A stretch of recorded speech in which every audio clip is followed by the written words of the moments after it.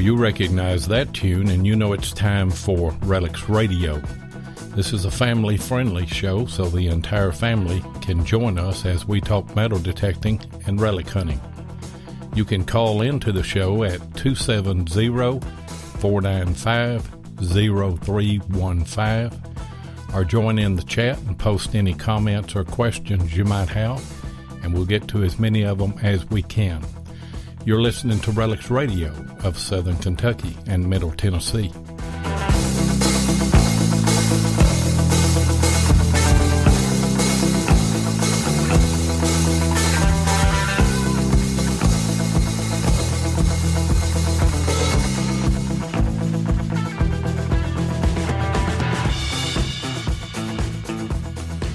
And you are live on Relics Radio. It is August the 30th, 2018. I tell you what, August is just about gone. But we are here another night, another show. Looking forward to tonight's show. And I tell you what, Tennessee Jeff and I are very fortunate to have a radio show like we have, because I've told Jeff 1,000 times that we've got a face for radio.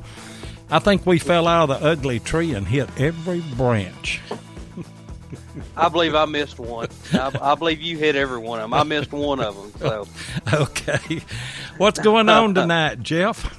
Not much. It's raining cats and dogs here, and I could have swore I seen an elephant fall down, but, I mean, it's been pouring rain. What about up towards your way?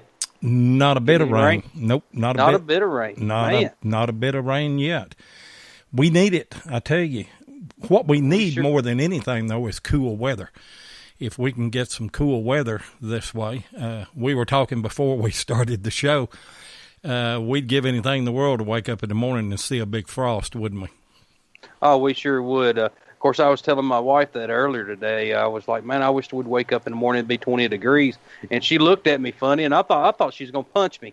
Of course, she says she loves summer, but she's always in the AC, so she's really not out digging in the dirt and stuff like that. So until you're doing that, you get, when you're doing that, you get the full effect of summer for sure. It makes a lot of difference. And I don't know whether you know it or not, but this is our last show with Skype as we know it, the way it has been. And we've mentioned this on several shows, and I'm just hoping that somebody from Skype or somebody from, and we post these in a podcast forum as well. We post all these shows. I'm just hoping that somebody listens to the cry that we're giving out right now, because the one thing that they're taking away is the one thing that we need. We've got our guest tonight on Skype. I've got Jeff on Skype.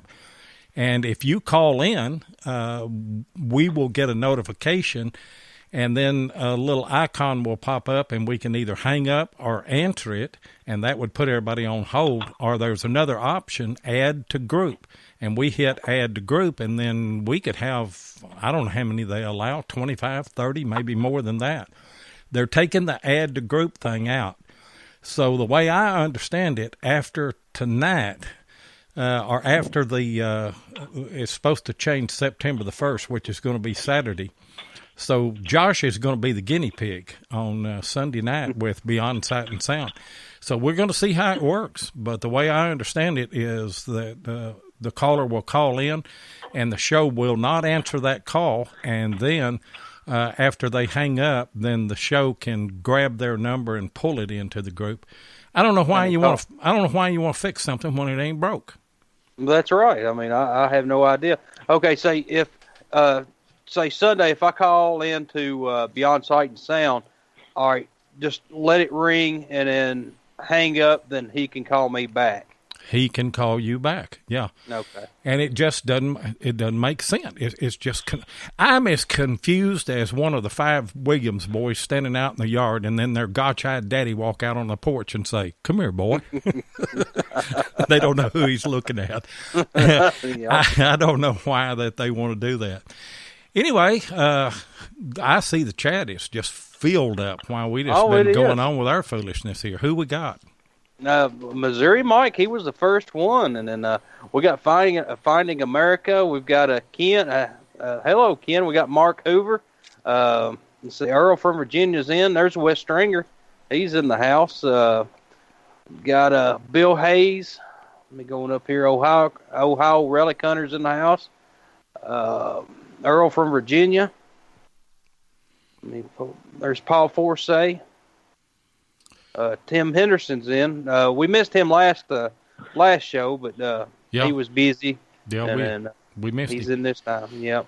Did you call out Finding America? I did. I sure did. Yep. Okay. And Matt Purdue's in the house tonight. We hadn't seen Matt in a while. No, we hadn't seen Matt. Where you been, boy? We've been missing you, sure have. Hey, guys, we've got a great show lined up tonight. We got a couple of great guests. These are great guys. Ken and Marc Guthrie from Detectees.com. These are the shirt guys. These are the guys where you get your official Relics Radio T-shirt, your official History Seekers, your official American Digger. They just got all kind of shirts. How you guys doing tonight? I'm doing well tonight. Good. How are y'all? We're good, and that is Ken there. Mark, he drowned you out, I think. Okay, well, here I am. I'm doing well tonight. Good. And it is a little bit complicated. Me and Jeff, as we bounce questions and everything off of y'all, probably would help if we would call out your name or something other where that you would know. That'll help you, and then it'll help the listeners to know who is talking to. You know, we did something new last week, a thing called Show Prep, and we put that on our Relics Radio Facebook page, group page. And if you're not a member of that, you need to go to Facebook and just go to Relics with an S Radio and the group page and ask to join, and we will put you on there. And if you have, you can go down and you can see who our guest is going to be the following Thursday, because we always put that on there. And then we're going to keep and continue the show prep thing, which are questions that you want us to ask the guest. And we got a few more this week than we did last week. So maybe it's catching on just a little bit. But Jeff, I'll just go ahead and start it out and asked Bob McCracken put the first question in there, and he asked, since you guys are making T-shirts, are y'all thinking about making metal detecting decals? Well, this is Mark. Okay. I posted on there with Bob. Thank you for the good question.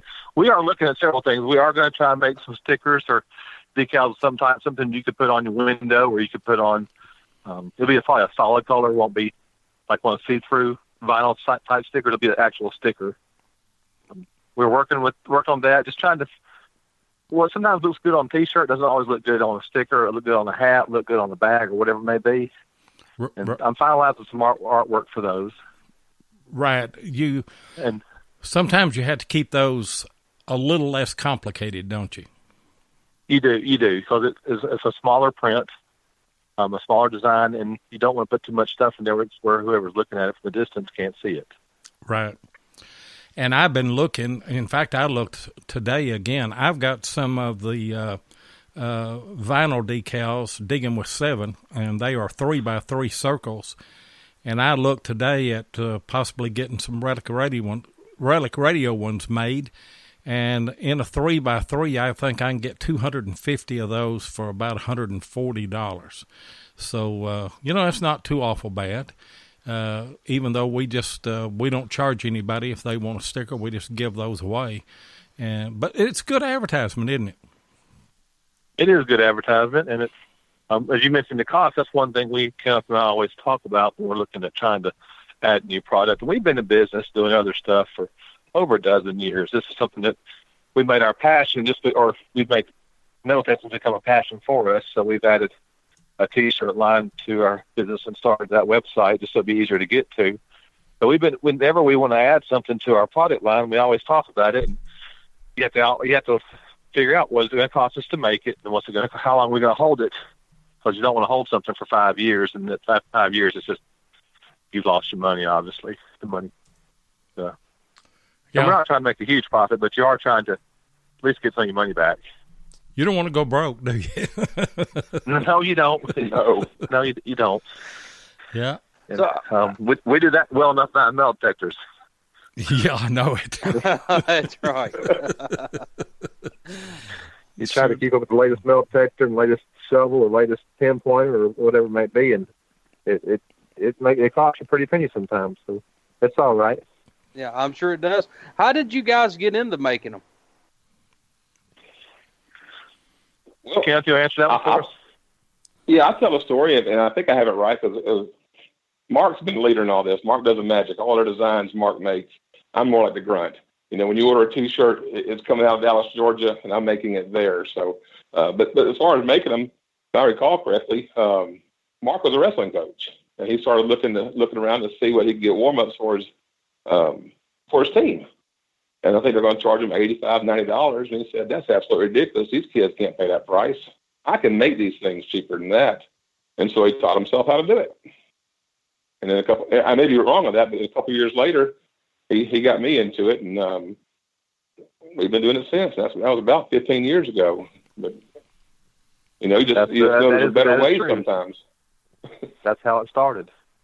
Man, that's a good way to get it started. I know my stepdaughter, she's a senior this year, and some of the senior shirts, they are outrageous. So, hey, I may send her your way, so to make her a senior shirt. Now, to her, it may not be the same, but hey, to me, it's going to be cheaper. I know.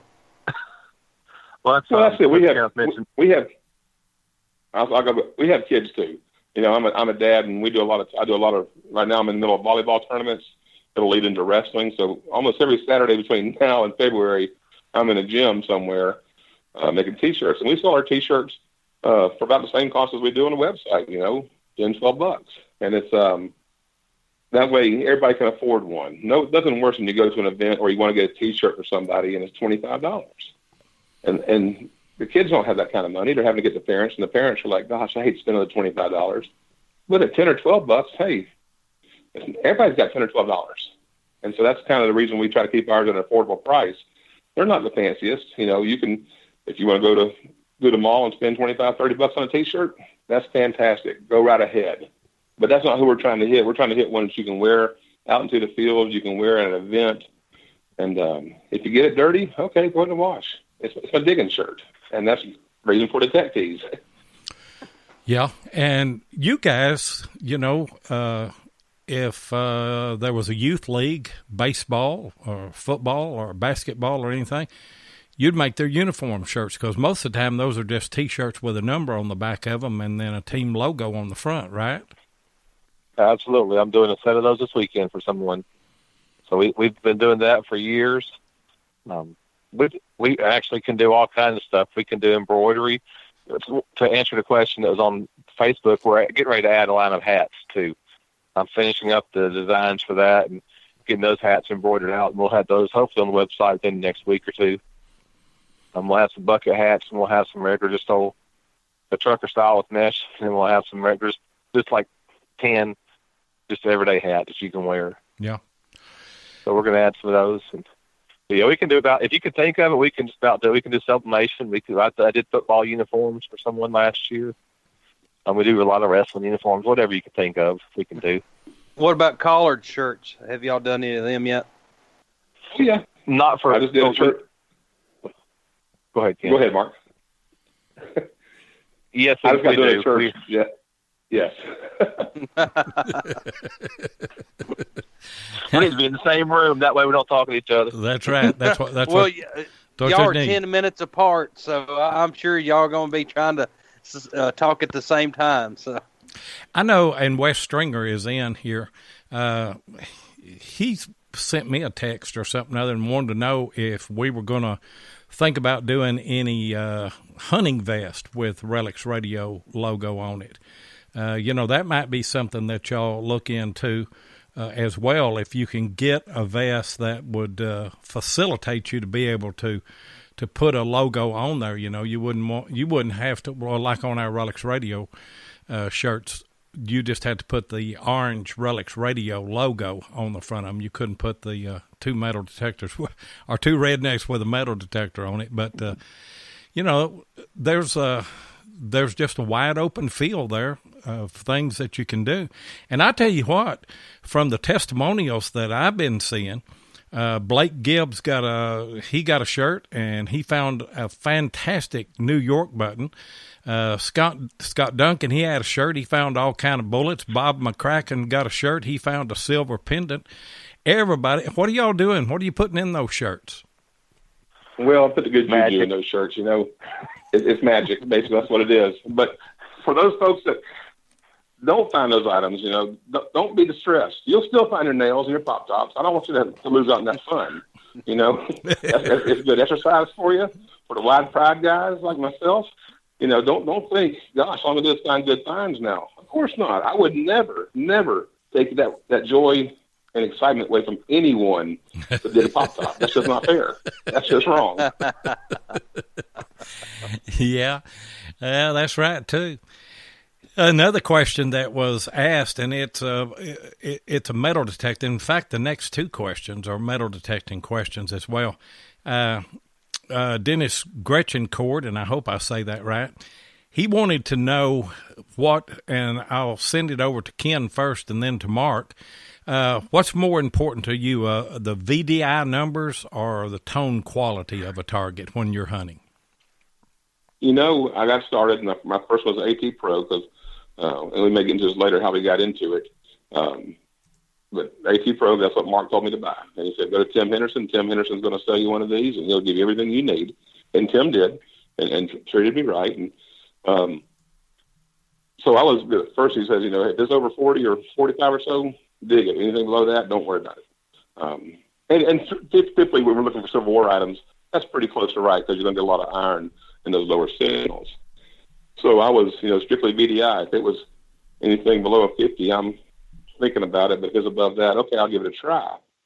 But then we were in the backyard of Mark's daughter's house, a house she was renting at the time, and came across some pistol bullets, and they were jumping all over the place.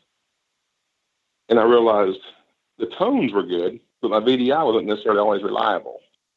And so I try very, very hard to go more tones than I do the VDI. Now I'm going to look at the VDI just as you can't. It's I don't know. It's like that ugly dog. You can't stop looking at it.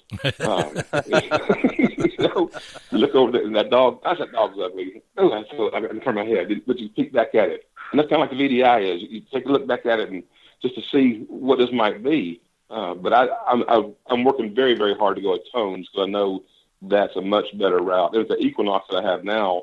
The VDI is, for me, just absolutely useless. I haven't got enough time on it. So I'm definitely going for tones. What about you, Mark? Jeff, stole all my thunder there. I like to hunt the water. I love hunting creeks. If I could just hunt one place, I'd hunt creeks and rivers and probably never get back on land. And it's a lot slower, which is my style, my pace. And you don't know what you're going to find. In the creeks, in the water, you really have to listen for tones because sometimes your machine's submerged and you can't see. The AT Pro is what I use in the water, doesn't have backlight. So I can't see, so I'm having to listen for tones. And I know when I hit a bullet. I just know that sound. It rings up and it's solid. Also, I know when it starts breaking up on me that I'm probably hitting some iron. And then I will cheat and I'll look at the numbers. So I can get to the numbers. Sometimes if you hunt with me, I look like the biggest goober out there with my snorkel and my mask on, and I've got my weight belt on and everything on and my vest on, and I'm sticking my head under the water trying to look at a VDI just to prove what I think it is. But long story short, I I'm like Ken. I've relied on VDI for a long time. I'm trying to go to tones and just listen to it. My first detector was the Garrett, the Ace 300, or the Ace 350. I'm sorry, 350. And when I had that, and I didn't have VDI on it, so I had to listen for tones. Now you could see the little arrow, but that was all you got to see. And then I moved into the AT Pro, which had the VDI on it, and quite honestly, I was relying on that a lot. As Kenneth mentioned, we tried to move over to Mind Lab. Everybody got an Equinox, and we jumped on the bandwagon and got one too. That's a different machine. It's a whole different machine, and tone is where I have to listen for that high tone to hit, because 15, 16 could be anything from, for me, it's been nails recently. That's all I seem to find is nails at 15 and 16, but also that's the same time where same number of bullets come in at. They're supposed to. The guys I'm hunting with, that's what they're getting. So I've tried to move over to tones and not rely so much on the listening. One thing I do now, or not rely so much on the VDI, excuse me.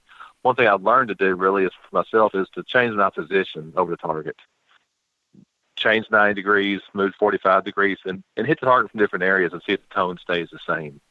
Because you guys, anybody who's metal techs for a while knows, the angle you hit that target definitely changes the sound you're going to get. It does. Oh, it sure does. And then, I mean, that's actually the first time I've heard somebody say that on our show, that changing directions like that would help out. But all right, the next question is, what kind of detectors do y'all use? And then right now, while you're thinking about that, we've got to pay some bills, don't we, Seven? Yeah, we're going to run a commercial right here. Hey, Seven, we're looking good in our new Relics Radio T-Shirts. Yeah, Ken and Marc Guthrie of Detectees.com done brung them to us. Yep. And they makes other shirts, too. Yeah, boy. Detectees.com can handle tees for your club, hunt, or any other promotion folks may have.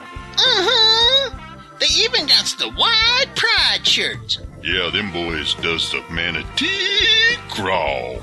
Yeah, scooting on their bellies. That's what I said. The manatee crawl. Looks like slugs eating jelly. So whether you hunt horizontal or vertical, tell the folks where they need to go, TJ. www.detectees.com.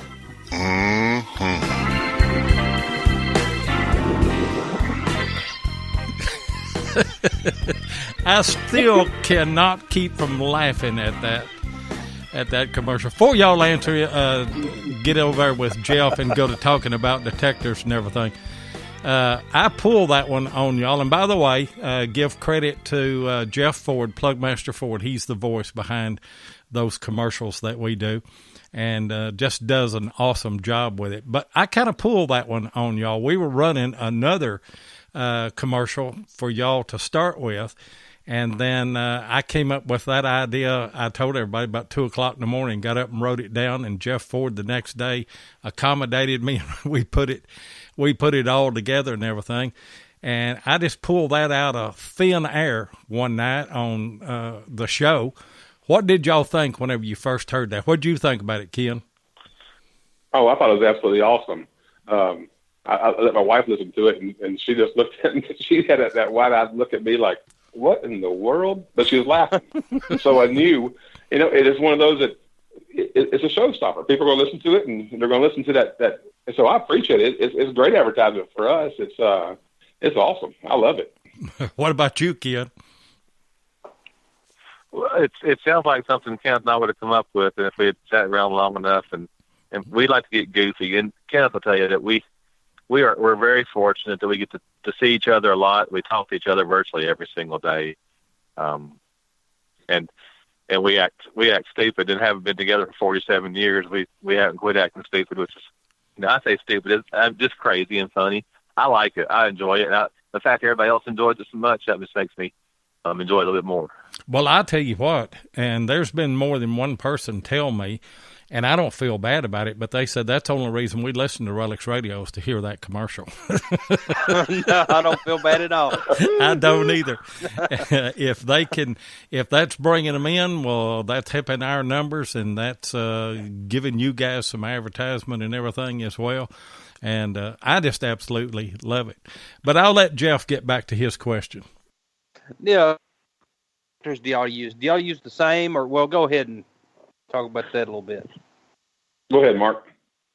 Okay, well, my first detector I got was a Technetics Delta, the Delta 4000, and I got that, and I used it, and then I bought the Ace 350 thinking I needed to try the Garrett brand. You know, it's for new detectorists, we got to quit chasing detectors because we're putting ourselves in poorhouse, all we're doing. And you got to find, I had a conversation with my buddy Marty Gates the other night that we need to find one detector and stick with it. And that's what we did. I finally got to the AT Pro. So I went from the T2 to the 350, got the AT Pro, and I stuck with it for a long time. And I use it. If I'm going through the water, I like it. I just know how it operates, and it's kind of my fallback. I've now moved to the Equinox 600 because everybody says it's the thing to use, and I'm just going to, like I said a little while ago, jump on the bandwagon, and I'm trying it. It's growing on me slowly. Yeah. But what else you got at the house, Mark? Oh, I got all kinds of stuff here at the house. I'd be embarrassed to show everybody how many I got. You got one for every day of the week? Yeah, and then next week too. I just hope that I don't die and my wife sell all my metal detectors for what I told her I paid for them. Exactly. Yeah. I traded for all mine. You didn't trade for all yours? No, I didn't trade for all of mine. But I've traded for every one of mine. Yeah, traded money for them, if you want to call that kind of trade. You know, the AT Pro probably is one of the, it was a game changer. There's no doubt about it. Now, it's not the greatest detector out there for every situation. It's not. But it is one of the best detectors that I have ever owned. I had it. Me and Jeff got one when they first came out. And then I went to an E-Track and used it for a while. I still own an E-Track. A friend of mine is using it. But then I went to CTX 3030, and now then I've got the Equinox. But me and Jeff will still pull those AT Pros out. In fact, I've got two AT Pros in case one of them goes out because I'm never going to get rid of my AT Pro. It has its place. Yeah. Now I agree 100%, Lloyd. I love the Equinox, but what do we love about the AT Pro, Jeff? We can discriminate in that iron pretty good. And see, when I go to look for a home site, it's kind of hard. Right now, it's hard for me to take the Knox out and find that home site. I'm not used to that iron sound, but the AT Pro, of course, I've been using it for years. And then as soon as I hit a debris field, I know where I'm at. I can read the ground real good with that AT Pro. So what about you, Mark? Well, no, for me, go ahead, Ken. Go ahead, Mark. Well, Jeff, I'm the same way, man. That's why I take, no matter where I go, I got the AT Pro sitting in the truck. If I pull the Equinox out, I'll use it. But I end up going back over stuff with the AT Pro, just make sure I didn't miss something. That's where I'm at today. I'll get better, and I'll figure out which one I like better and which one I don't. And I'll probably go back to one or the other. But for right now, for the most part, the AT Pro for me is hard to beat. No. So what about you, Ken? Well, not about detectors. I've got four right now. One I don't use, but the other three I do use is the AT Pro, which Mark, the Bad Influence, taught me into, and that got me started. And then I do have a Nocta Impact, which I like it. I've used it in the field a couple of times. It's deep. The tones, I can set it to the tones I like. It's nicely balanced. It's a little bulky, but it's got a nice balance to it. And then, of course, I have the Equinox. And I use the Equinox now just because it's so much lighter. And if I know I'm going to be far away from my vehicle, I'm going to be on the other end of a field, 100, 200 yards away, I just get lazy and just like something a little lighter. But I'm with you. Everybody has that question. What detector should I buy when they want to get started? And of course, there's 1,000 different questions to ask them. Where do you hunt and where do you want to hunt and such? And if they're not hunting anywhere near a beach, the AT to me is just one of those. if my kids want to go hunting with me, I can get the AT Pro, put it in the right mode, and it's so user friendly, and that's what I like about it. And the Equinox is too. You can push a button and say, "Hey, go dig," and that's kind of where I'm at. I'm not the Deus. Mark and I have discussed a Deus endlessly because I know it's got it can do so many things, but it just sounds so complicated to me. It frightens me, and I just want to go have fun. And so something that's easy to use, that's user friendly, that's just pick up and go. That's more of what that's more my style. And I think the AT Pro and Equinox are both that way. The Impact, I think, is a great machine, but it's comparable to the Deus. A lot of programs, 36 detectors in one, they say. So it's definitely got a lot of good features about it. And when I have used it, I've liked it. And what me and Jeff have been doing, and I'm anxious to see how this develops out over the winter when we start hunting extensively again. But what we normally do is, I'm like him. I love to take an AT Pro and define that iron debris, the iron field, because, it's unmistakable. We run ours wide open, nothing on our iron disc, and we run in Pro Zero. And by the way, this coming Tuesday, I've got a video how we use our GPX, how we use our AT Pro, and how we use our Equinox. But we've been using the Equinox as a cleanup machine, where we are, after we've already hunted it with other machines and everything, we're going in there, and you'll find some things because of the multi-frequency and the great separation that it has. So, it has its benefits. It sure does. Mark Hoover, he had a question here in the chat. He says, I'm curious, how come people don't talk about the AT Max? Do people feel that the AT Pro is that much better? But my experience, I've never used the AT Max. Have any of you guys used the AT Max? No, this is Mark. And I'll tell you what, I'm not hate to dog out Garrett, but they waited so long on bringing it out. The Equinox was all of a sudden the new dog. And that's the reason I don't talk about it, because I had one. I planned on buying an AT Max. That was my next detector. But it just took so long to come out. And then I saw the Equinox, and I said, I'm not going to spend the same money when I can get an Equinox. And for me, that's the reason I don't talk about it. No. And see, I had a Racer 2. And, of course, if you've watched our videos, I used it during the construction site hunt. And, I found 3 plates with that Racer 2. And I ended up selling it because I didn't really use it. And now I'm kicking myself. Well, why didn't I keep that? I found 3 plates and several bullets with it. And I've got one. I'll sell you. Well, I'll sell you one. So, what do you think about that Racer 2? I haven't used it because I'll tell you how I got the Racer 2, because I told you I own too many machines. I had a T2. And Kenneth and I briefly tried the Detectees T2 and just couldn't get used to the sounds. And Kenneth and I are fortunate. We're a lot like this. If I don't like something, he probably ain't going to like it either. And it's just the way we are. We can pretty much predict that. And I traded the Racer 2 for a Nocta Cores 4, and I have in for a Racer 2. And I honestly haven't even used a Racer 2. It's brand new. It still has the stickers on it and everything. Just haven't used it. And it's just where we've been going. I use AT Pro and the Mind Lab. I'm glad you mentioned, though, about using that Mind Lab as a cleanup machine. We're going somewhere this weekend. We got 3 old house sites dating back from the 1700s and up that we're going to hit. And I will have to do that. I have to look for use the AT Pro, and I will use the Equinox as well on those sites. Yeah, do you have the 6 or the 800? I have the 600.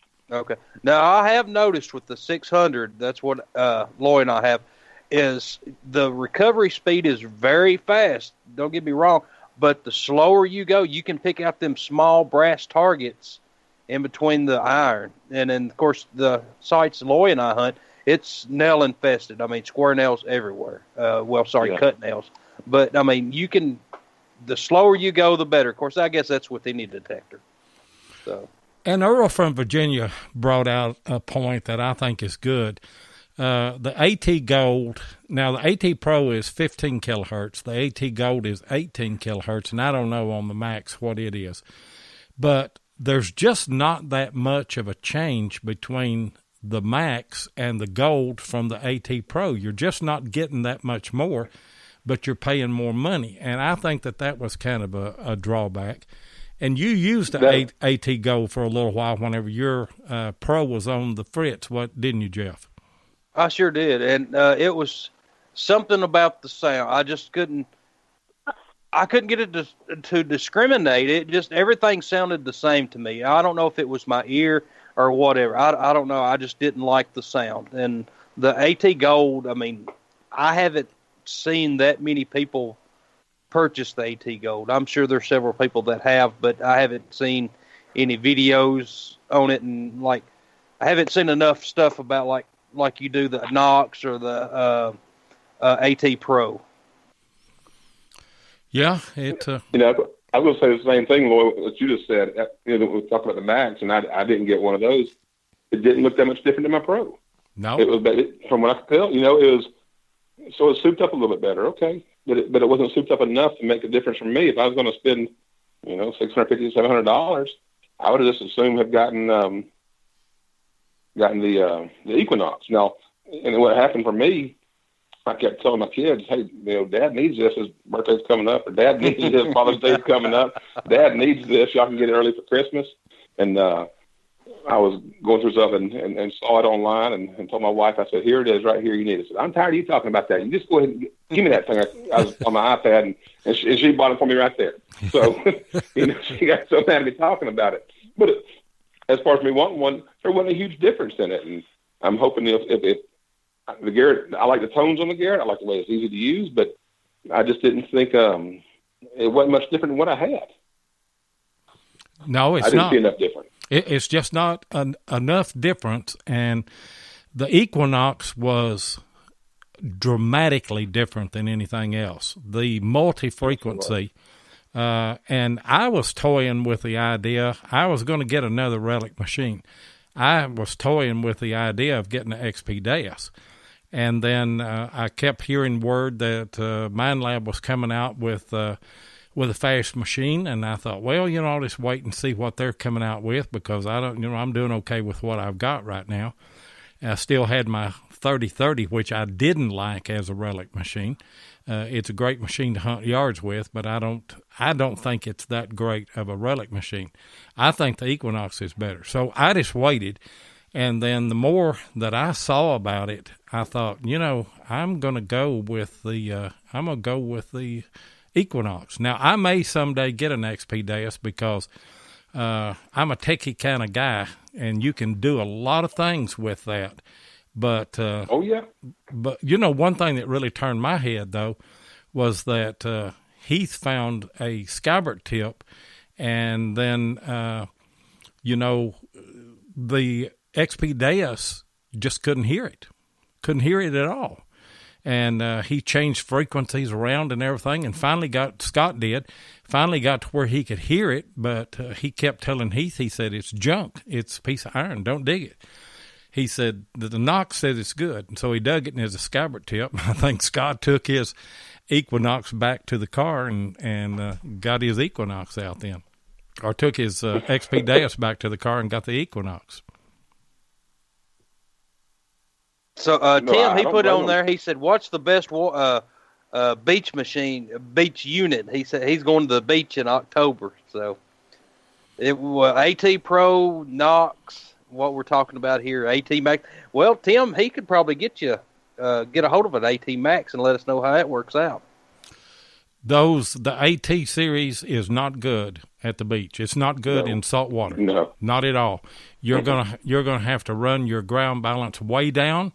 You're gonna have to manually run it down to 15 or 20, and it's just not good. The best machine that you can buy to go to the beach with it really is a PI machine, some kind of pulse inductive machine, and there's a lot of them that are out there now.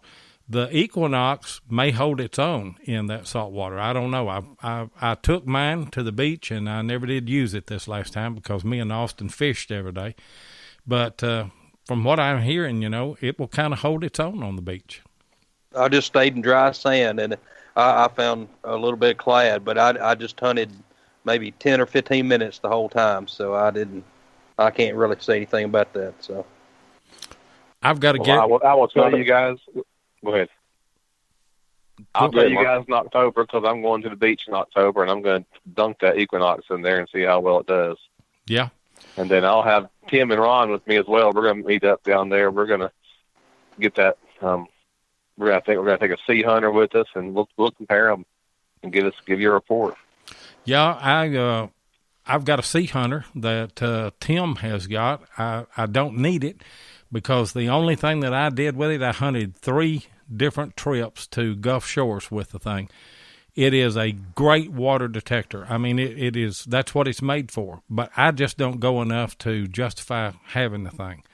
So, I have used it on some Civil War sites, though, and it'll work in that mineralized ground. And, I've seen some guys at DIV with those, with a sea hunter, and then there's something else that they had that is like that. It's a PI machine, but it's not a what is the Garrett one? GTX?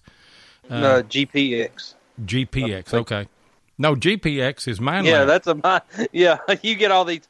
That's ATX. Yeah. ATX. Okay, yeah, that's it. It wasn't that. It was like the Sea Hunter, but you can use those. Hey guys, we're coming up on another hard break, and we need to run one more commercial here, and we'll be right back. If your passion is metal detecting, then you know how much your success is based on the equipment you use. Let my buddy Tim Henderson of Murray Branch Outdoors in Murfreesboro, Tennessee, help you with that. Tim is an authorized dealer of Garrett, XP Deus, Tesoro, and Macro detectors and supplies, and he is now an authorized dealer for Mine Lab. So, if you're looking to get your hands on the new Equinox 600 or 800, then Tim is your guy. Murray Branch Outdoors is not only competitive in their prices, but the service after the sale is second to none. Tim not only sells detectors, he uses them, and so he can answer any questions you might have. Murray Branch Outdoors also deals in used detectors, and he'll take your old detector in on trade when you decide to upgrade. So give Tim of Murray Branch Outdoors a call at 615-948-4611 and be sure and tell him Relics Radio sent you. Now, Mark, you must have that ESPN because you were talking about Tim Henderson, and I already had that ad queued up, and I think you knew that and jumped in there. And Tennessee Jeff has put our call-in number in, 270-495-0315. It'll work at least one more week today, and we don't know about next Thursday, but it'll work tonight. So if you want to call in. Denny Morrison had another question for you guys, and we'll go to Mark first on this one here because we went to Ken, I think, last time. What kind of headset do you guys like and why? I like the smallest, lightest weight headset I can use. I'm using AT Pro. I use that wireless system they came out with. And I just use a set of earbuds that go into my ears because I sweat like a stuck pig when I get out there in that heat. And it's hard. It's hard for me to have that big old bulky headphone on me. I know people tell you you'll miss tones and you won't hear the faint whispering tones and such. But I just really use a nice pair of earbuds. I use, it's not a $3 pair of earbuds. It's $25, $30 set of earbuds that I use. And then I use, that's for the AT Pro. I'm here. Yeah. Hey, bud. Tim Henderson has called in. What's going on, Tim? How'd I come in? I thought I had to call and hang up. No, that's next week probably. Yeah, that's next week. Oh, yeah. Don't hang up yet, buddy. No, everything's good this week. Ready. Before we get over to you, Tim, Ken, what headset do you like? Well, like Mark said, we're kind of, we're twins, so I'm we kind of like the same things. Earbuds, we kind of got sold on those. I'm using that Z-Link with the Garrett. Throw me some earbuds, and I like that so I can also hear. I hear the stories and I see pictures of, there's a rattlesnake there, or there's something over there. I like to hear what's going on around me. So if I'm wearing my headphones, I'm going to have one ear off anyways. But those earbuds aren't so encompassing. And where I hunt, I don't hunt near the streets. I don't hunt in the middle of airports. I'm hunting in the field way away from everybody. So it's pretty quiet anyways. So I like using the earbuds. But now with the Equinox, I just got me a pair of the Micas headphones, because they were, I think, $60 on Amazon as opposed to the Mind Labs price. And they worked well. They, had no latency issues and worked real well. And but they're warm. They cover your ears up, and any trap heat on me, it's wide cries, have a tough time. Especially with the sweat and everything like that. See, that's nice during the winter, though, when the wind's blowing real hard. Yeah, it is. Yeah, it's different, yes. Yeah, there's times whenever a set of headphones is good. Denny Morrison has called in, but we hadn't got to Tim yet, Denny, so just hang on the line there, and we'll get to you here in a minute. What's going on, Tim Henderson, our dealer of choice? Just listening and enjoying, brother. That's good. So you said you had the Max, right? I do have the Max, and I'm going to take it. I'm going to take the Pro. I'm going to take the Equinox, and I'm going to take the Sea Hunter Mark II. I've got one of those pretty new. It's only been out once. And last year, when we went, I guess it was year before last, I took a Tesoro Sand Shark, and we took a Sea Hunter Mark II. And Ron and I tried those, and I really liked the Tesoro pulse unit. It was a lot more stable. The Sea Hunter, every time you'd get a little wave would come over, it'd do a little false, but you'd still get a good signal on a target. But the Sand Shark was real stable, and I've kind of favored that because one of my first detectors was the Tesoro Tiger Shark, so I kind of knew that unit. But Ron and I were amazed. We took our AT Pros to the beach down there, and when we were on dry sand, we would ground balance, and it would ground balance somewhere around 75 to 80, very stable. But as soon as we hit the wet sand, it would get noisy, but we would just re-ground balance, and it would go way down to like 11. And we were in the water with it too, and it got extremely stable, and we were having good luck with it. I mean, it was picking up signals, and it wasn't falsing, it wasn't jumping around and carrying on. And it may have just been we were down at Dauphin Island, Alabama, and maybe the sand's a little different there or something, but for whatever reason we had real good success with those. Well, see, when I went to the beach, I used my AT Pro. This is a couple of years ago, and of course, like you said, on dry sand I was doing great, but as soon as I hit the wet sand, it started chattering, and I never could get it to ground balance. And I'm sure it's different machines are different. But I did find some pretty good targets when I was in the wet sand. And I mean, you can tell when you went over a target. You just can't go right at the edge of where it's wet and dry. That would cause it to act up a little bit. But if that's all you got, I'd definitely take it and go with it. But obviously, whenever I go to the beach, I want the best and the latest and greatest. Yeah, you do. Let me throw one more thing in here on the earphones and everything. Mark Hoover is talking about the WM-08 is what comes with the Equinox 800. But if you don't have that, you can get that through Walmart, and it is cheaper, and it is, according to Heath now, it's boxed, and it is exactly the same set of headphones. Am I right on that? I got a set, Lloyd. And they're exactly the same. They just don't have the Mind Lab logo on them, but they're the exact identical same headphones for like $49-$50. Right. Now Lloyd, he's saying it's a wireless box, and he plugs earbuds, because he's saying he uses earbuds in the summertime down there in Florida where he lives, and it's WM-08, it's a wireless box. Oh, okay. And he plugs his earbuds into that. Oh, so okay. I told him, ask him to see him, but he said it comes with the 800. So is that box, is it waterproof? I don't know. That's no. a good question. I think you clip it on your belt. No, I don't think it's waterproof. I think it runs off Bluetooth, doesn't it? Yeah, I would think that's right. Yeah, you just link that up. I'm talking about something. I personally should know that, but I don't. Yeah, Mark said no, it's not. Yeah, I'm talking about something here that I have no clue about because I never have used one.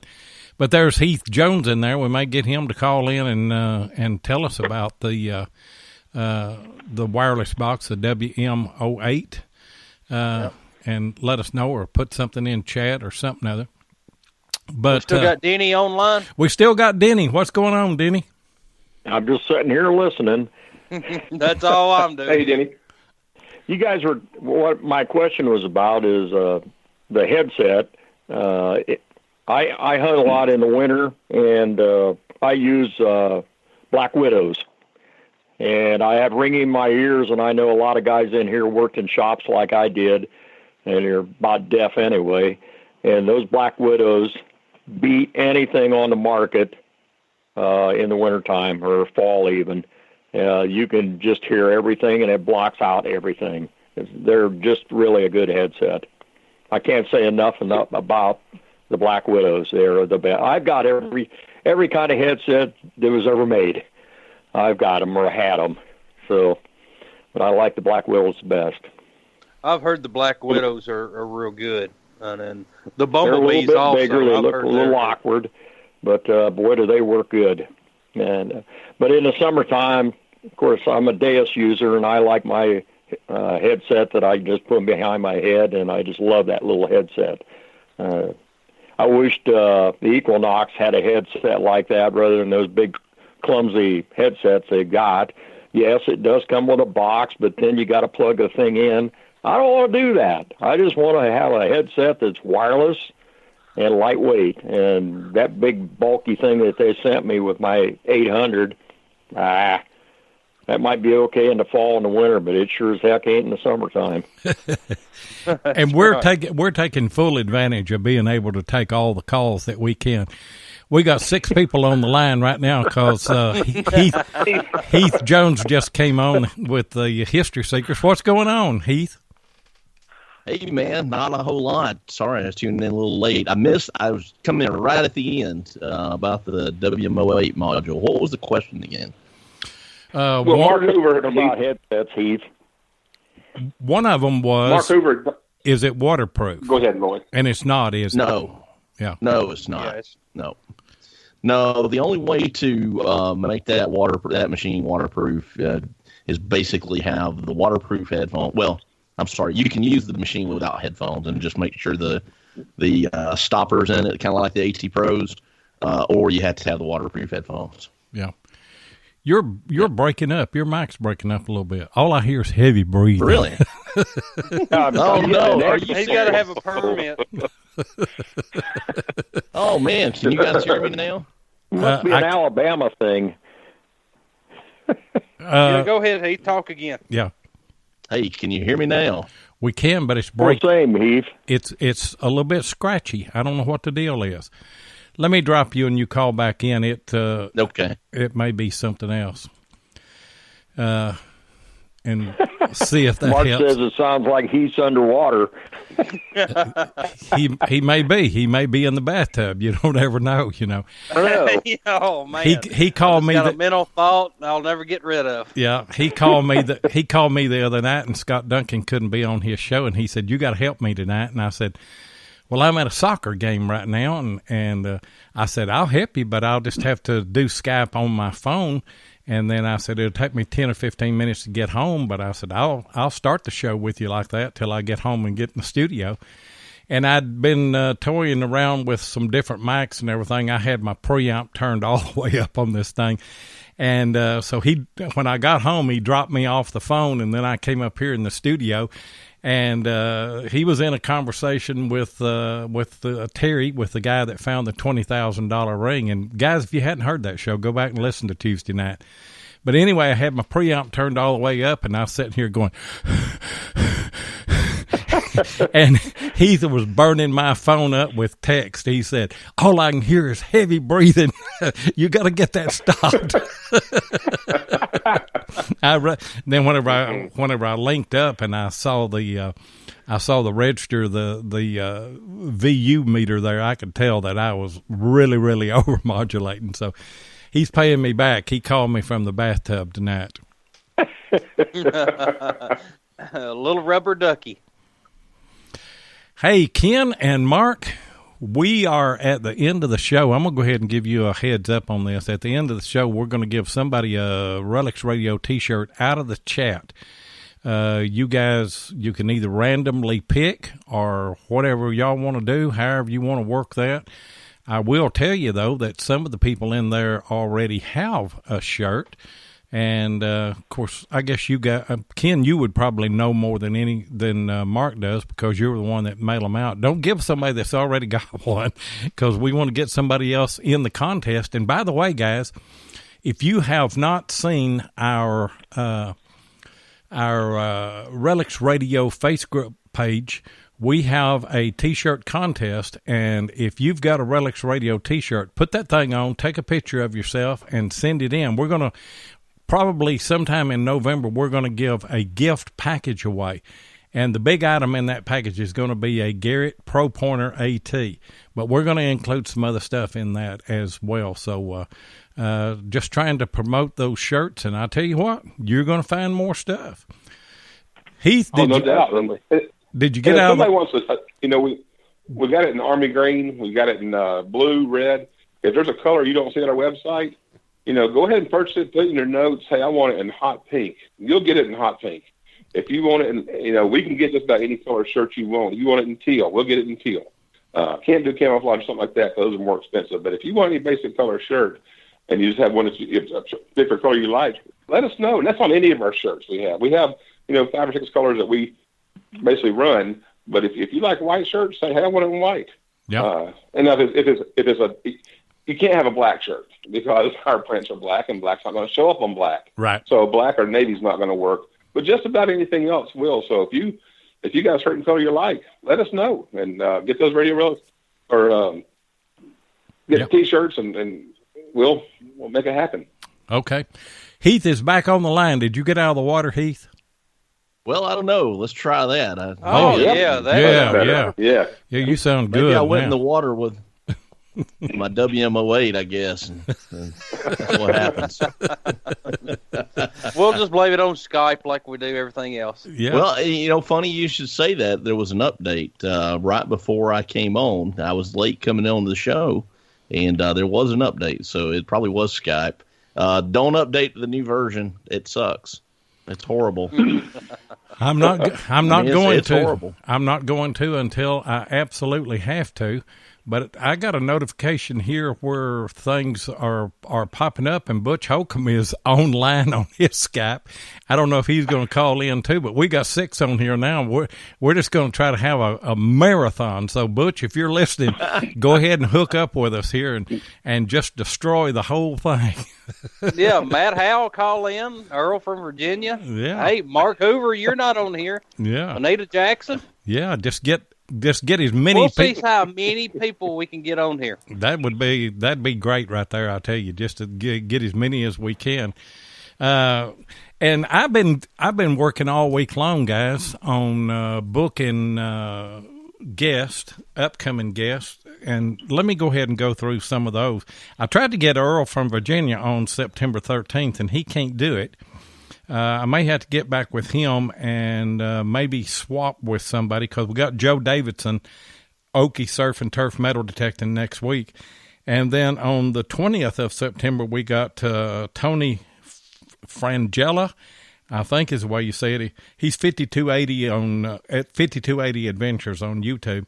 And then we got Denny Morrison on September 27th.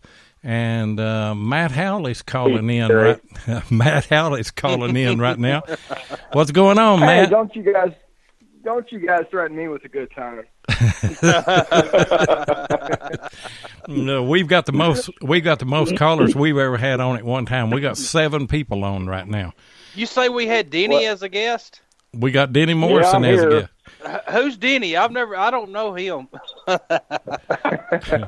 I don't either. Well, I just wanted to be a part of the call-in madness, so I just called and say howdy, fellas, and everybody else who's calling in right now, and everybody in the chat. Well, we really appreciate it. Just hang on. I mean, glad you did. I mean, we can keep on here. Yeah. Yeah, we got Denny Morrison on. I told Heath Jones, I said, I'm gonna break Denny from calling in. I'm gonna make him a guest. I'm gonna make him talk the whole night.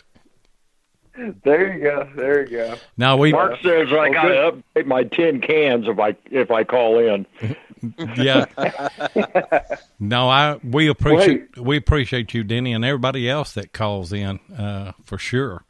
And to talk with us and to hey, any of you guys got another question for Mark and Ken? They're our guest, and they're back in the back room here somewhere. I'll have to pull them back out. No, I got a question for Heath. That's we had talked about him and is that WM08 box. And the reason it came up was because Mark Hoover said you could plug in your earbuds into that thing. So, Heath, is that box available for purchase to where you can plug earbuds in because those headphones get hot? Or is there another box that you know of that might work with the 600? Because the 600 didn't come with that box like the 800 did. That was the reason your name got brought up. Well, he has dropped off, and so he will have to call back in. He's trying to sell a Melody. He's trying to what? Yeah, he was trying to sell an E-Track on here. He may be. I'm thinking you can buy that box for the 600. I think I saw that because the 600 has that Bluetooth capability. Right. I think it just comes. And I would think you could. Yeah, I'm pretty sure. I'm calling Heath back. I've added him to the group back again. So hold on, Ken, and he can. I guess it was Ken that was asking that question, and it was okay, and he can answer that as soon as he comes back on, unless he fell in the bathtub or something. I don't know. Sorry, guys, I had a phone call. Oh, okay. Quit selling detectors and answer Ken's question. Did you hear Ken's question? I did not. I actually had a customer call. I had to take it. Oh, okay. Oh, good. Well, that's good. So I just dropped off. Yeah. What was the question again? Okay. We're talking about headphones like to use, and I like using earbuds. And then Mark Hoover said he uses earbuds with his WM08 box for the MindLab they got with the MindLab 800. And of course, that doesn't come with the 600. Is that box available for purchase? The first question, or is there another box that might be cheaper than MindLabs that you could use for that, like that? No, that's the only box that's like that you can use. Now, I've been looking into some other headphones and some other earbuds, and I've only found one set of like earbuds that had the wireless built in. You know what I'm talking about? They just have a little bitty thing on the wire between the two earbuds. And I was going to buy those. They're the only ones that I can find that have the aptX. Write this down, guys. You got to have aptX low latency headphones. Now, the regular Bluetooth will work. They will. The problem you get is the delay.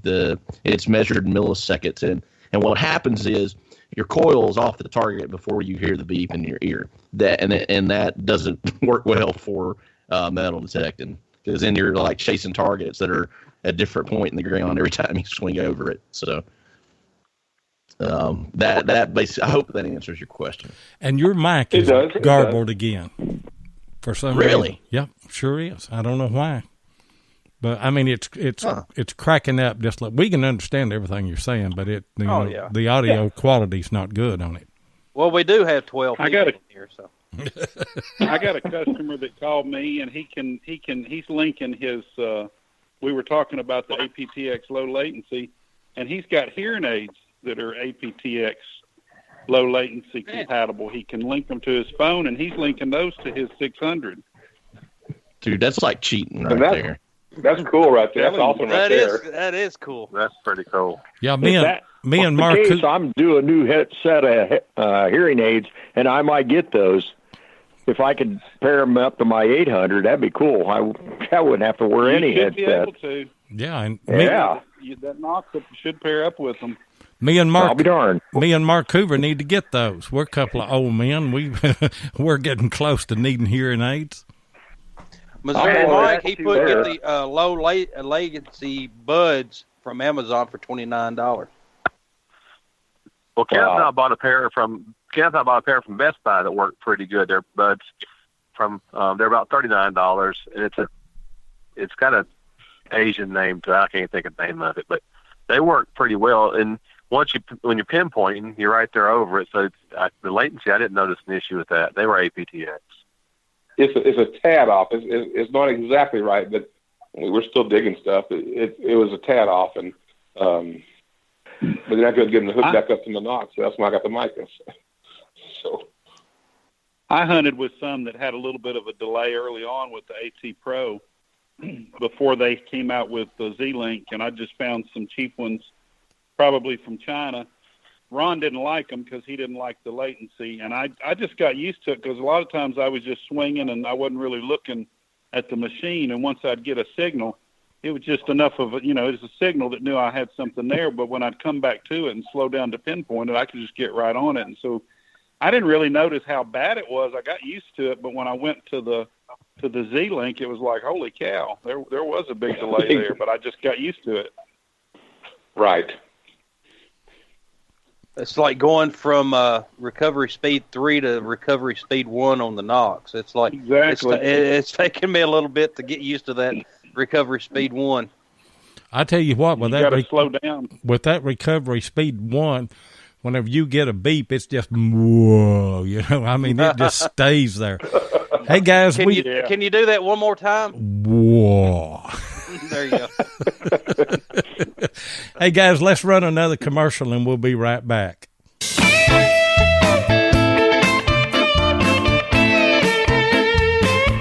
If you want to keep up with what's going on in the metal detecting world, then you need to be a subscriber to American Digger magazine. Butch and Anita Holcomb are the publishers of the magazine and have won awards for 3 straight years for being the best digger magazine on the market. American Digger magazine is available in both print and digital formats, so no matter where you live in the world, you can enjoy the latest happenings in the hobby. You can get in touch with American Digger magazine by going to americandigger.com or give them a call at 770-362-8671 and be sure and tell them that you heard it on Relics Radio. And a heads up, I've got an article that's coming out in American Digger magazine in the January-February issue. It is Plugmaster Ford and Wes Stringer, and also Chris Heimsoff joined them on the last dig of that, The Great Silver Horde. So looking forward to that coming out, and I tell you what, it is a great magazine. There's no doubt about it. And Heath is gone right now. He said he's probably going to restart his computer, but he said there is a difference between the aptX and the aptX low latency. So I think the low latency is the one that is almost dead on. Whenever the coil's passing, you're getting the sound. Am I right? Yes. Yes, correct. You're right. And I just now added Heath back in, so we are back up to 7 callers at this time, or 7 people on the line. 8 in. We'll see if that works. That works great right there. I don't know what you did. It's something with Skype, the new version of Skype. I know this is crazy. I know people get tired of hearing it, but I restarted. I was listening to the show while I had the customer on the line, and some reason was causing interference. I don't know. Even though I'd stopped it. Craziness. Maybe it's the aptX low latency. That's right. And I read what you sent me on a message. And by the way, you guys that are on telephone, when we're on Skype here, which me and Jeff and Heath are on, we can send messages on Skype back and forth to one another. I can send like me and Jeff tonight, we've been saying, we'll send a text, ask Ken this question, ask Mark this question. And you guys, you don't know what we're saying about you guys while you're on here. It's all good, we promise. It is. It's all good. Y'all weren't supposed to let that cat out of the bag now. But you didn't ask the other question, Lloyd. I'm still waiting for you to ask that question. That now posted. I think you're missing a question on that. Yeah. This, and by the way, look this next week because we have started a new feature called Relics Radio Show Prep, and it gives you an opportunity to post a question on that post with a comment and give us a question that you want us to ask our next guest, which next week will be Joe Davidson. But there was a late question that came in on it today. Why is Ken so much better looking than Mark since they're twins? So I don't know which one of you, Mark, you want to answer that question? Well, because Mark's much smarter, that God had to take a little bit away from him to make him feel better. Good answer. Yeah. And then I looked and I thought, well, who posted that question there? And I looked, and I'm not gonna give any names, but his initials is Ken Guthrie.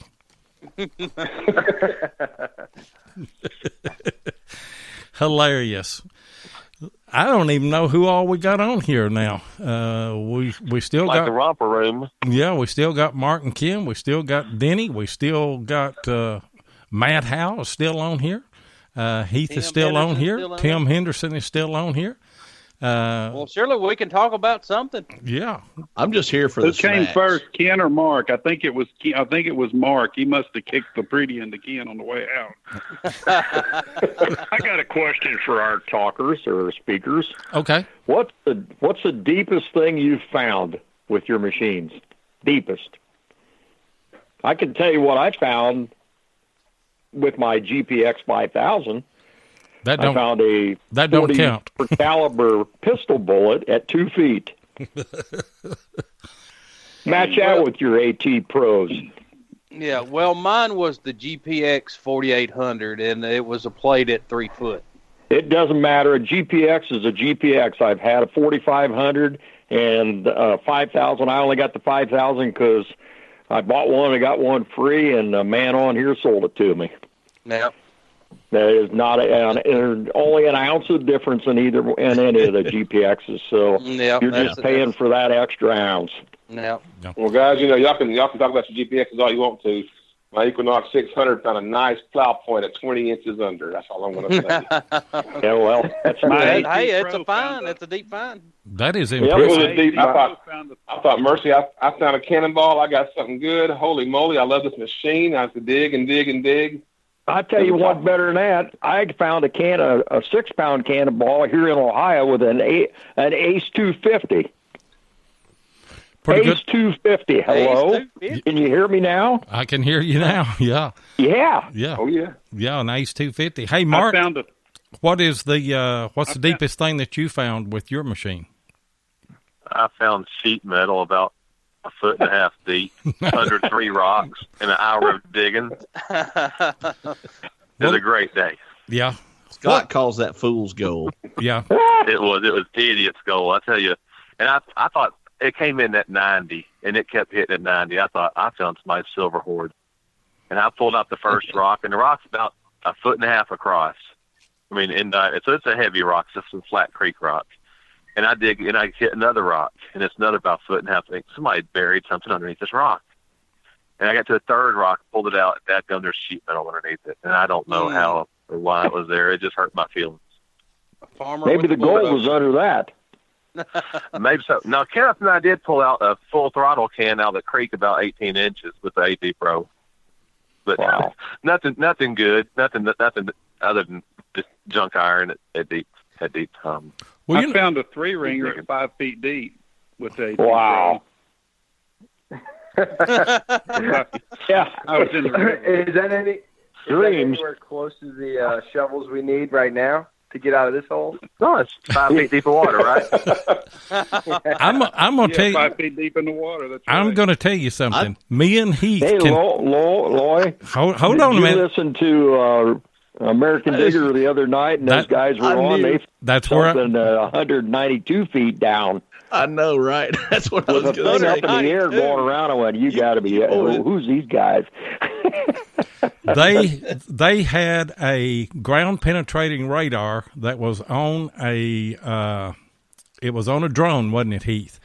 That will look down in the ground 250 feet deep is what they were saying. Now, yeah. What they said. I would I'll have tell you the Brooklyn Bridge too when that happens. Maybe we should have them on the show, Loy. I don't know. And by the way, Heath, Jeff Looper messaged me last night, and we talked a little bit back and forth about that. While we're talking about finds, I want to get back to Ken and Mark real quick. Ken, what is the best find that you found in your metal detecting career? And then I'll let Jeff go over to Mark. Well, my first find, it was 1892 barber. You know, as far as, you know, the neatest, I guess the coolest thing I found that you don't find every day is a barber. Of course, I'm still relatively new. I've got lots of things that are on my bucket list and things I want to find. But that was, you know, as my first find, that was probably my neatest find. Not including the bullets and things. Of course, to me, those are always better. But that would be that's probably my best find. I did find a Whitworth bullet. That was kind of neat. Oh man, that would be cool. Oh, wow, I've never found one of those. But I had my hands tied, and I know that Scott's still looking for his first barber. I had my hands tied whenever I first started metal detecting, as far as finding a barber, because they hadn't been minted yet. Are you saying your stick wouldn't find it? You got the vining rod? No, they hadn't been minted yet. You know, I mean, we were still back in cap bus days and everything back then.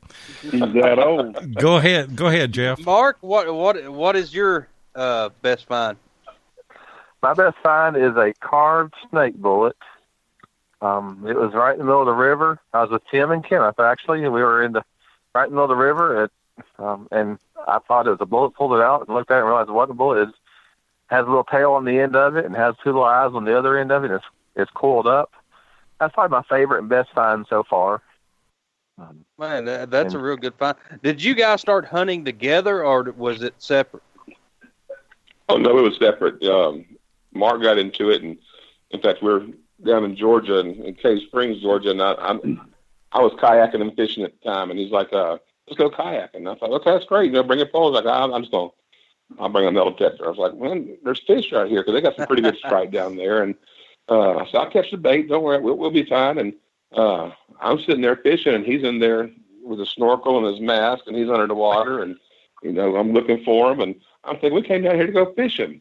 And I hadn't got a detector yet. And, but no, he was all in. I don't think he'd care if he caught another fish while we're kayaking at all. And that's, you know, the reason we do T-shirts. T-shirts has been very good to sport our toys for a long time. And it's allowed us a lot of different things, whether it be kayaking or metal detecting. We just do all kinds of different things. But he got into it, and he was first, and then I got into it probably 6 months later.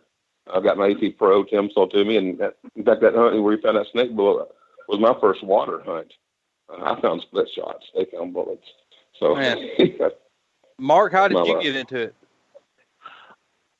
You know, it's one of those things that when I was young, my dad did it, and he had the old Garrett green box, heavy as days long detectors, and he'd hunt. And that's when you didn't have pinpointers, so you'd pull out dirt and go over it, pull out dirt and go over it. And he hunted for a while and got out of it. And I guess probably 3 or 4 years ago, I just thought, I think I want to metal detect. You know, you go through your life where you do different things, and I've got to where I got out of coaching. I don't coach anymore. I'm a teacher. Some people know me. I teach school and do metal detect on the side and T-shirts and everything else on the side. But I think on Melt Tech, and I'd gone visit my dad. My dad had just got an AT Pro, and I was talking to him about it, and that fever hit me. You know, that fever hits you, you got to do it. Mm-hmm. And that's what happened. I got it. And then met Tim and Ron. I'd actually taught Ron Reed's daughter many years ago in school, and we started Murfreesboro Metal Detecting Club, and that was just a perfect way for me to get into it. And about the time I bought the detector, the club opened up, and we all got into it. Been doing it ever since. Well, that's a great story. I mean, that's the average story of somebody getting into it. So. Were you guys there whenever I came down to Murfreesboro Metal Detecting Club and spoke that night? No, sir. I don't know what I had. I had something, but I know I was not there. Yeah, I didn't remember meeting you. In fact, I met both of y'all at the Chattanooga hunt. I'm going to ask Mark a question here. Mark, what is one thing that you think that you should have found, but you haven't found it yet? That's a good question. Based on where we've hunted and all the bullets and stuff we found, I think I should have found something, some type of, well, other than buttons, some type of other clothing item, or I guess a buckle or some type of plate, something like that I haven't found yet.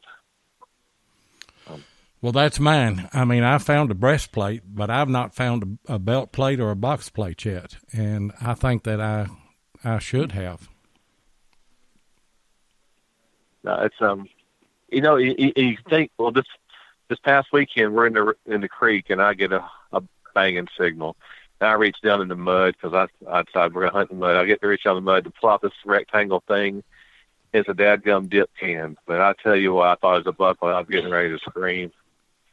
And it's going to come, and yours will too, and we'll find some. It's just, you just got to be in the right spot at the right time. That's it. You've got to be, your coil's got to go over it, and it's just, you got to be at the right place at the right time, like you said. So, and I mean, it's bound to happen. Of course, you live in a good part of the country to find one. I do, and like where we're going this weekend, we got a spot. We know there's a World War II camp. We know Civil War soldiers went up and down the road and those old home sites, and there's a cave on the property. So we've got a lot of hunting to do this weekend. Camp's not going to be very, very busy. Yeah, and it's kind of funny. Of course, we had a lot of World War II maneuvers around here, and if you find a World War II camp, somewhere very close is going to be a Civil War camp. So, I mean, They all camped at the same spot pretty much. And the Indians before are colonial before Civil War, and then the Indians prior to that. You know, a good site is a good site. It's high ground. It's around water and everything. Hey, Ken, the same question to you. What do you think that you should have found that just keeps eluding you? Your white whale. Oh, that button Blake Gibbs found this weekend. You know, we were all standing around. It's funny. We were all standing around talking about it. Like, well, I guess there's not really a whole lot here. Heath is with us, and Jeff Gibbs and JJ Hall was with us, and we were just sitting there talking. Like, okay, we'll head back to head back down the hill from where we was. And Blake starts gets a tone, and Heath looks at him like, "You didn't dig that." And I was about 15 feet away and heard it, and he dug it at that New York button. Boy, it was pretty, but I hadn't found a button yet. And I would have thought I would have found one of them, but I'm holding out. And like I say, if Blake hadn't took it from me like that, I would have got one. No, it was a great find for him. Really excited for him, and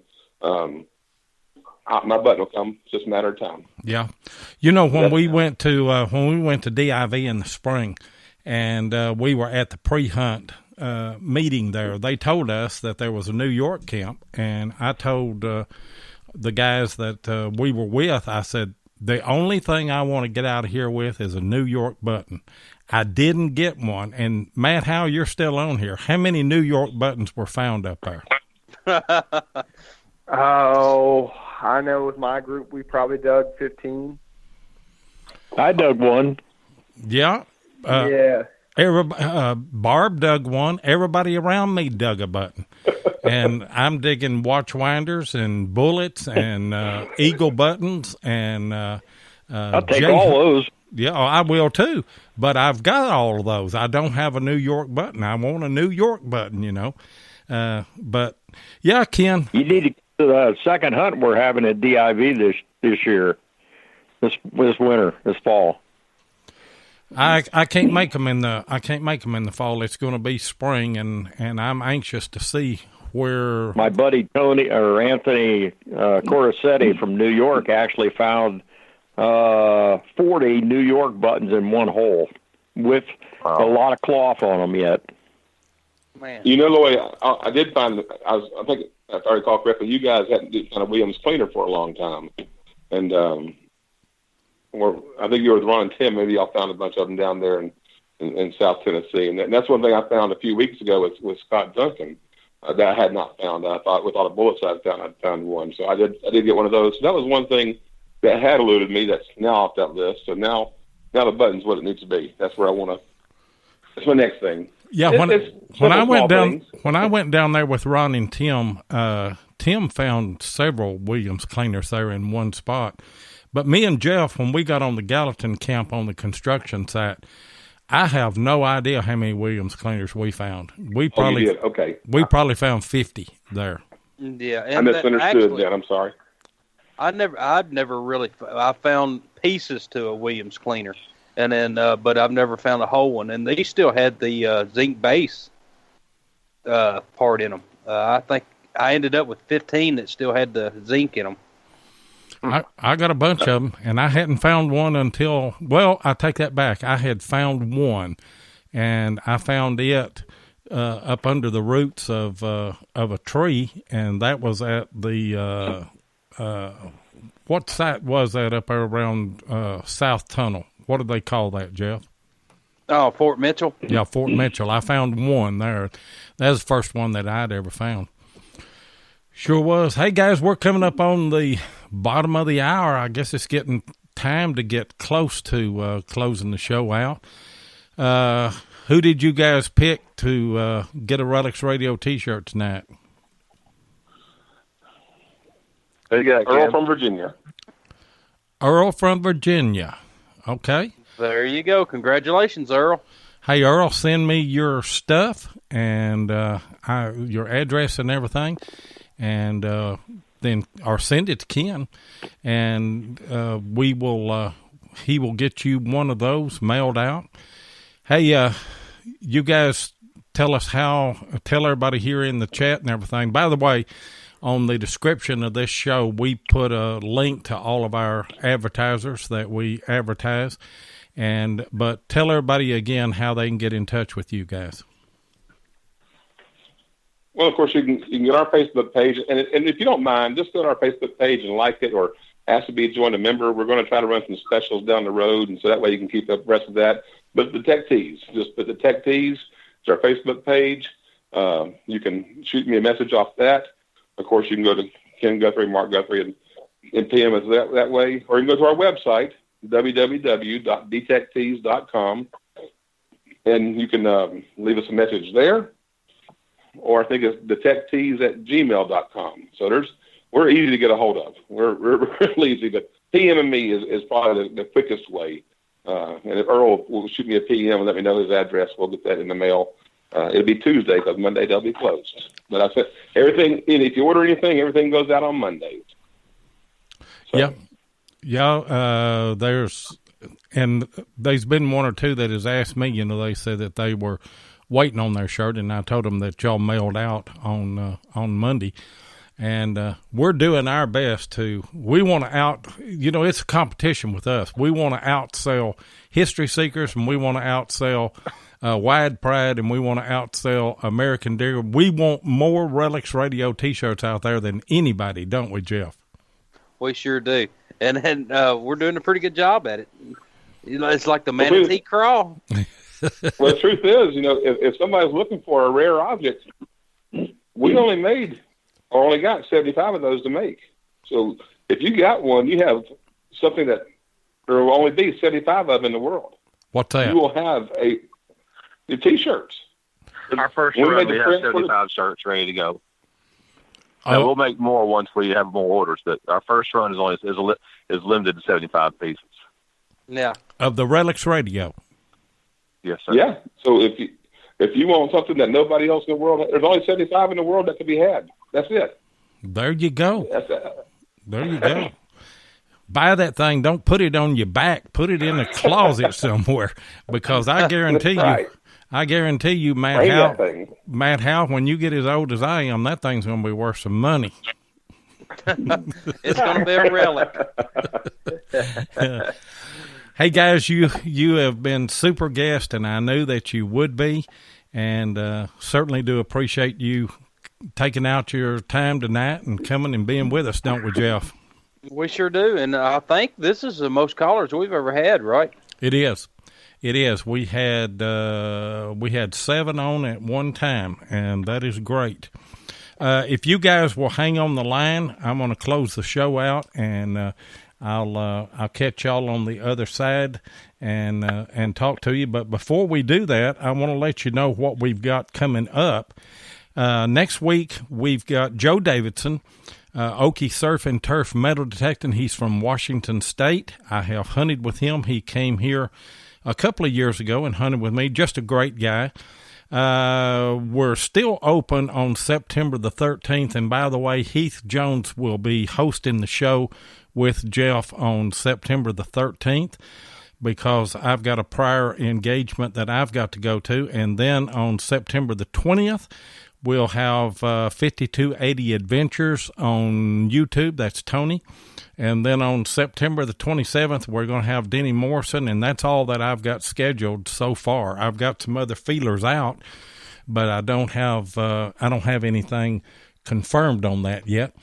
And if you like shows like this, podcast about metal detecting, be sure and check out Beyond Sight and Sound on Sunday and Wednesday night at 8 o'clock. All Metal Mode is on Monday night at 8 o'clock Eastern.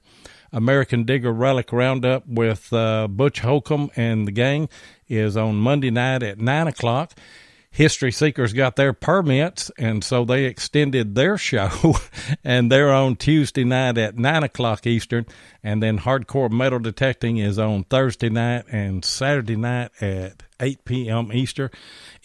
And obviously, we are on every Thursday night here on Relics Radio at 8 o'clock Eastern, and we look forward to seeing all of you guys again next week. Thanks for all the callers. Thanks for everybody in the chat, and y'all have a good night.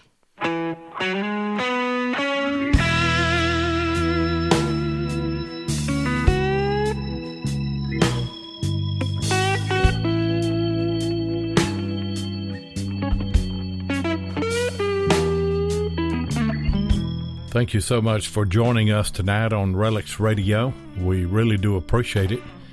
Be sure and join us live each Thursday night at 7 o'clock Central Time, 8 o'clock Eastern here on Spreaker. Or you can catch the archive show at Relics Radio on Spreaker, iHeartRadio, or iTunes. Please take a minute and hit the like button, and be sure and follow us so that you'll get notifications of all of our upcoming broadcasts. You can also find us on YouTube at Digging with Seven or Tennessee Jeff, or you can check us out on our Relics Radio Facebook page. If you'd like to get in touch with us, then send an email to diggingwith7@gmail.com. We'd love to hear from you. We hope you'll join us next Thursday night, and until then, get out there and dig some history.